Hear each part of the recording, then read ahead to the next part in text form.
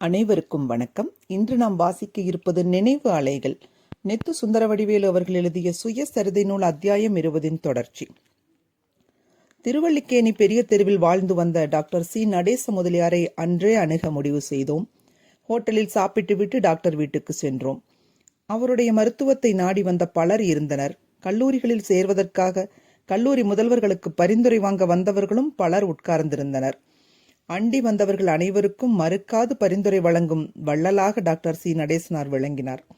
அக்கால ஏழை நோயாளிகளுக்கு அவரே புகலிடம். மருந்து சீட்டோ பரிந்துரை கடிதமோ பெற்றுக்கொண்டு போகாதவரே இல்லை. சிலருக்கு மருந்து வாங்க பணமும் கொடுத்து அனுப்பினார். இப்படியும் ஒரு டாக்டர் இருந்தார்.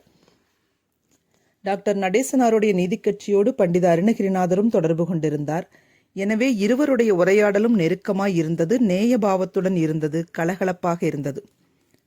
தியாகராயர் எப்போதும் அணிந்திருந்த வெள்ளுடை போன்றே அவருடைய உள்ளமும் வெண்மையாயிருந்தது. பொது தொண்டும் தலைமை பதவியும் செய்தற்கரிய செய்வதற்கு வாய்ப்பு. நீதி கட்சி அமைச்சரவை அமைக்க நேர்ந்த போது சர் தியாகராயர் முதலமைச்சர் பதவியை ஏற்க மறுத்துவிட்டார். தம்முடைய தோழர்களை கொண்டு அமைச்சரவை நிறுவச் செய்தார். தியாகராய செட்டியாரின் தியாகம் பெரிது, பிறருக்கு சிறந்த எடுத்துக்காட்டானது. உள்ள உறுதிக்கு மட்டும் குறைவா? 1921 வேல்ஸ் இளவரசர் சென்னைக்கு வந்த போது செட்டியார் சென்னை மாநகராட்சியின் தலைவராக இருந்தார். மாநகராட்சியின் சார்பில் இளவரசரை வரவேற்க வேண்டியது அவருடைய பொறுப்பு. அச்சடங்கின் போது கருப்பு உடை அணிந்திருக்க வேண்டும் என்பது மரபு. அம்மரபை தியாகராய செட்டியாருக்கு அரசின் சார்பில் நினைவுபடுத்தினார்கள். என்றும் போல் அன்றும் தூய வெள்ளுடையில் மட்டுமே வர முடியும். அதை ஏற்றுக்கொள்ள முடியாவிட்டால் வேறொருவரை கொண்டு வரவேற்க ஏற்பாடு செய்து கொள்ளுங்கள் என்று கண்டிப்பாக கூறிவிட்டார். அரசு இறங்கி வந்தது. தியாகராயர் வெள்ளுடையில் வர இசைந்தது. திருவிக்காவும் தியாகராய செட்டியாரும் அரசியலில் இரு கோடிகளில் இருந்தார்கள். காங்கிரஸ் இயக்கத்தை பரப்புவதில் திருவிக்கா முன்னணியில் நின்றார்.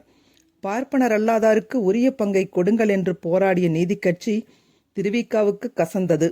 தொடக்கத்தில் நீதி கட்சியை தாக்கும் பீரங்கிகளில் முக்கியமானவராக திருவிக்கா விளங்கினார். அவர் சென்னையில் தொழிலாளர் இயக்கத்தை உருவாக்கி போராட்ட உணர்வினை ஊட்டி வந்தார். சென்னையில் வெள்ளையருக்கு சொந்தமான ஆலையில் வேலை நிறுத்தம், கதவடைப்பு. 2 நாள்களாகவா வேலை நிறுத்தம்? 6 மாதங்கள் தொடர்ந்து வேலை நிறுத்தம் நடந்தது. அரசு வெகுண்டது. கடுமையான அடக்குமுறையை கையாள முடிவு செய்தது. ஆளுநர் வெலிங்டன் தொழிலாளர் தலைவராகிய திருவிக்காவை நாடு கடத்த முடிவு செய்தார். அவ்வாணியில் கையெழுத்தும் இட்டார். ராயப்பேட்டை முனிவரை நாடு கடத்துகையில் கலவரம் ஏதும் நடந்தால் அதை நேரடியாக சமாளிப்பதற்காக உதகமண்டலத்தில் இருந்த வெலிங்டன் பிரபு சென்னைக்கு வந்து சேர்ந்தார். சென்னை முழுவதும் திருவிக்காவை நாடு கடத்தப் போகிறார்கள் என்பதே பேச்சு. அரசியலில் திருவிக்காவுக்கு நேரெதிரணியில் இருந்த சர் தியாகராய செட்டியாருக்கு செய்தி எட்டிற்று.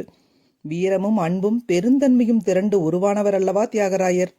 வாளாய் இருப்பாரா? நம் கட்சி வளரவிடாமல் தடுக்கும் இச்சொல்லேர் உழவர் தொலையட்டும், அது நம் கட்சிக்கு ஆதாயமாகட்டும் என்று எண்ணி மகிழும் மனம் படைத்த சிறியோரா அவர்? நீதி கட்சி தலைவர் தியாகராயர் திருவிக்காவை நாடு கடத்தக்கூடாது.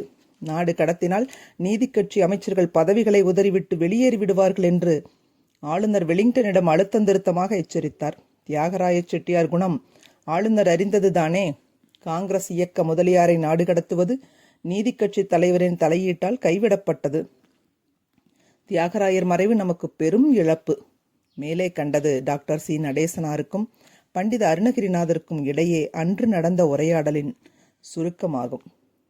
தொடர்வோம். அலைகள் ஓய்வதில்லை.